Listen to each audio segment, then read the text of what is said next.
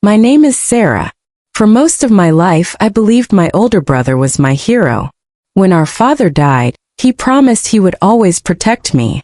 And for years I trusted him completely. What I didn't know was that every sacrifice I made, every dollar I earned, and every dream I gave up, was helping him build the life he wanted, while slowly destroying mine. The truth didn't come out until I was 34 years old. And by then, he had already taken almost everything. It started after college. I had just landed my first full-time job. I wasn't making much money, but I was proud of myself. That's when my brother Daniel called. He sounded desperate. He told me his business was struggling. He said he needed a small loan. Just for a few months, he promised. You're my sister. I'll pay you back. I trusted him, so I gave him $5,000. Months passed. Then a year. The money never came back. Every time I asked, there was another excuse. Business problems. Unexpected expenses. Bad luck. I believed all of it. Because he was family. Then came another request. And another. And another. Over the next 10 years, I gave my brother more than $60,000. Money that should have gone toward my future. My home. My savings. My dreams. Instead, it disappeared into his hands. And every time I questioned it, he made me feel guilty. Family helps family. That's what he always said. But one afternoon, everything changed. I received a phone call from someone I had never met. A woman. She introduced herself as Daniel's former accountant. And what she told me next made my blood run cold. Your brother isn't broke, Sarah. He's rich. And he has been lying to you for years. First, I thought she was mistaken. Then she emailed me proof. Property records. Bank statements. Investment accounts. Documents showing that while I was working overtime and struggling to pay rent, my brother had secretly purchased 3 houses, luxury cars, and a vacation property by the lake, using money partly funded by me, the sister he claimed he loved, the sister he claimed he was trying to protect. I sat there staring at the screen, unable to breathe, unable to think, because for the first time in my life, I realized my brother had never needed my help. He had only needed my trust. And he had used it perfectly. But he had no idea that his biggest betrayal was about to cost him everything. For nearly an hour, I sat frozen in my apartment. The documents were still open on my laptop. Property records, investment accounts, bank statements. Every page told the same story. My brother wasn't struggling. He was thriving. And somehow, while building his wealth, he had convinced me he was barely surviving. I wanted to call him immediately. I wanted to scream, demand answers. But something stopped me. If Daniel had lied for years, confronting him now would only give him time to hide the truth. So instead, I started digging deeper. And what I found was even worse. The woman who contacted me was named Lisa. She had worked as Daniel's accountant for almost 5 years. When we met at a small coffee shop the next day, she looked nervous, like someone afraid of being seen. Why are you telling me this? I asked. She sighed. Because I quit. Why? Her expression darkened. Because your brother isn't just dishonest. She paused. He's dangerous. A chill ran through me. Lisa explained that Daniel had manipulated multiple family members. Not just me. An elderly aunt, a cousin, even his former father-in-law. All of them had loaned him money. None had ever been repaid. He always uses the same strategy, Lisa said. He plays the victim. I felt sick. Because she was right. Every conversation I remembered suddenly looked different. Every tear. Every crisis. Every emergency. Had it all been an act? Then Lisa handed me another folder. My hand shook as I opened it. Inside were copies of contracts. One document immediately caught my attention. My name was on it. My heart stopped. What is this? Lisa looked uncomfortable. You need to read page 3. I flipped through the pages. Then I saw it. A forged signature. My forged signature. Attached to a business loan worth nearly $200,000. For several seconds I couldn't breathe. What? My voice cracked. What is this? Lisa's eyes filled with sympathy. He used your name as a guarantor. The room started spinning. You mean if that loan fails? She nodded slowly. You could be responsible. I felt physically ill. For years I thought Daniel had only taken money. Now I realized he had taken something far more valuable. My future. My credit. My financial security. Everything. Tears burned my eyes.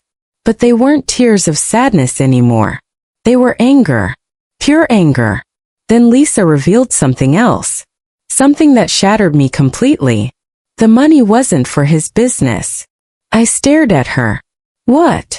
She slid a photograph across the table. A woman. Beautiful. Expensive clothes. Luxury resort in the background. Who is she? Lisa hesitated. Then answered. Daniel's second family. Silence. I looked at the photo again. A woman. 2 young children. Daniel standing beside them. Smiling. Happy. Like a completely different person. I couldn't believe what I was seeing. My brother was married. Again. Secretly. For almost 6 years. Meanwhile, our mother thought he was single. Our relatives thought he was struggling. And I was paying for it all. The vacations. The houses. The luxury lifestyle. Everything. Suddenly every sacrifice I had made felt like a joke. The vacation I never took. The car I never bought. The house deposit I never saved. All because I believed family came first. But for Daniel, family was just a resource. A tool. A wallet. That night I couldn't sleep. I kept looking at old photos. Birthdays. Christmas mornings. Family gatherings.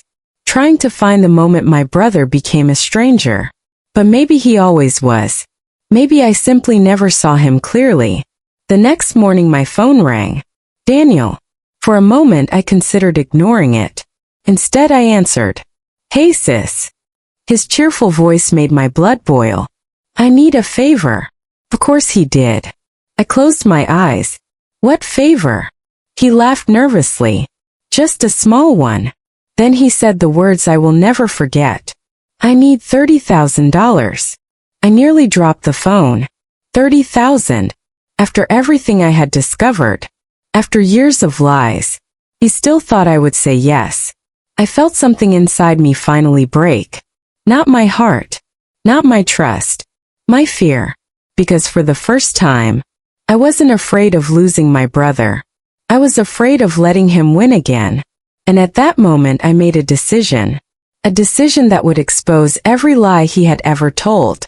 And destroy the image he had spent years creating. But before I could make my move, someone knocked on my apartment door. 3 hard knocks. I wasn't expecting anyone. Slowly I walked toward the door. And when I looked through the peephole, my blood turned cold. Because standing outside was Daniel. And he wasn't alone. My heart nearly stopped. Standing outside my apartment was Daniel. And beside him stood a lawyer. For a moment I couldn't move. I knew exactly why he was there. Somehow he had realized I knew the truth. I opened the door slowly. Daniel forced a smile. Hey sis. I didn't smile back. His expression tightened immediately. The lawyer remained silent. Daniel glanced inside. Can we talk? For years I would have said yes without hesitation. Not this time. What do you want? He sighed dramatically. The same performance I had seen my entire life. I think there's been some misunderstanding. I almost laughed. A misunderstanding? Was that what he called 10 years of lies? I crossed my arms. About the money? His smile faded. About everything. The lawyer shifted uncomfortably. Even he looked embarrassed. Then Daniel lowered his voice. Someone has been feeding you false information. There it was. The denial. Predictable. Desperate. I looked directly into his eyes. How many houses do you own? His face froze. For just a second. But it was enough. I saw the panic, the fear, the realization that his secret was no longer safe. Sarah. How many? He didn't answer. Instead, he changed the subject. Exactly like he always did. But this time it didn't work. I pulled out my phone, opened the photographs, and showed him. The luxury home, the lake property, the expensive SUV, his secret family. Every color drained from his face. The silence lasted nearly 10 seconds. Then he whispered, "Who told you?" Not "it's fake." Not "that's not true." Who told you? That was his confession. Right there. Without realizing it. My chest tightened. Not because I was hurt anymore. 'Cause I was finally free. Free from believing him. Free from defending him. Free from carrying his lies. The lawyer quietly looked away. Even he knew it was over. Then Daniel did something I never expected. He got angry. Really angry. His voice rose. "You don't understand what I've sacrificed." I stared at him. Sacrificed? The word felt absurd. "You stole from me. I borrowed from you. You forged my signature." His eyes widened. For the first time, real fear appeared. Because he hadn't expected me to know that. The lawyer slowly turned toward him. "What signature?" Daniel said nothing. That silence told me everything. The lawyer looked horrified. Apparently even he didn't know. Suddenly Daniel wasn't the confident manipulator anymore. He was cornered. And desperate people make mistakes. Big mistakes. He stepped forward. "Listen, Sarah. No. You owe me one conversation." I laughed. A short, painful laugh. "I owed you one conversation 10 years ago." His face hardened. Then came the sentence that ended our relationship forever. "You were always easy to manipulate." The moment the words left his mouth, he realized what he'd done. But it was too late. Because I wasn't the only person who heard it. The lawyer heard it too. And his expression changed instantly. Daniel tried to recover. Tried to explain. Tried to backtrack. But the damage was done. The mask had slipped. And everyone saw what was underneath. For years I wondered if I was imagining things. If maybe I was selfish. Maybe I should help more. Give more. Sacrifice more. Now I knew the truth. The problem was never me. It was him. Daniel looked at me one last time. And for the first time in my life, I felt sorry for him. Not because he lost money. Not because he got caught. Because he had spent his entire life treating people like tools. And eventually there was nobody left who trusted him. Nobody left who believed him. Nobody left who cared. The lawyer quietly handed him a folder. "I'll be withdrawing from your case." Daniel stared at him, speechless. Then the lawyer walked away. Just like that. Leaving him completely alone. The silence felt enormous. Finally Daniel looked at me. His voice softer now. Almost broken. "You're really doing this?" I looked at him calmly. "No." He frowned. "I'm not doing this." I pointed toward the evidence. "You did." For several seconds neither of us spoke. Then he turned and walked away. No apology. No accountability. No goodbye. Just another escape. The same thing he'd done his entire life.